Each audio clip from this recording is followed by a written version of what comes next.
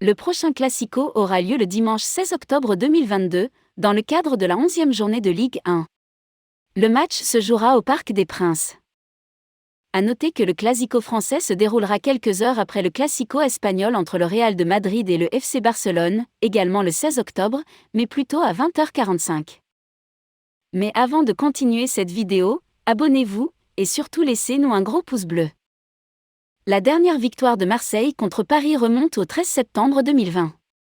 Ce soir-là, les coéquipiers de Dimitri Payet l'avaient emporté au Parc des Princes sur le score de 1-0, but de Florian Thauvin à la 31e minute, au terme d'un match électrique qui s'était terminé en bagarre générale. Pas moins de 17 cartons avaient été distribués par l'arbitre de la rencontre Jérôme Brizard, dont 5 rouges, un record en Ligue 1 au XXIe siècle. Pour le moment, le PSG est meilleur que l'OM puisque, sur les 102 rencontres disputées au cours de l'histoire, il s'est imposé à 47 reprises contre son rival provençal. Un classico, c'est un match de football opposant les deux équipes les plus en vue d'un championnat.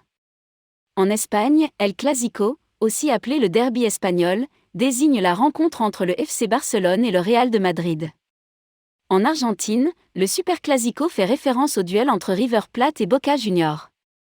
En France, le Grand Classique se joue quant à lui entre Paris et Marseille. OM-PSG, c'est en effet un match incontournable, un match à l'ambiance unique, attendu par des dizaines de milliers de supporters chaque saison.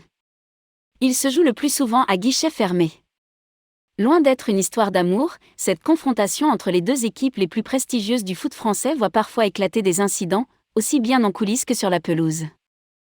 Si le premier match entre Paris et Marseille date de la saison 1971 à 1972, ce n'est qu'à la fin des années 1980 qu'il prend cette dimension si particulière.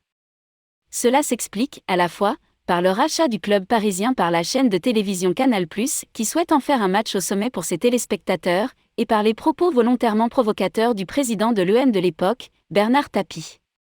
Dès lors, les duels entre les deux équipes, au Parc des Princes ou au stade de Vélodrome, n'ont cessé de déchaîner les passions des supporters.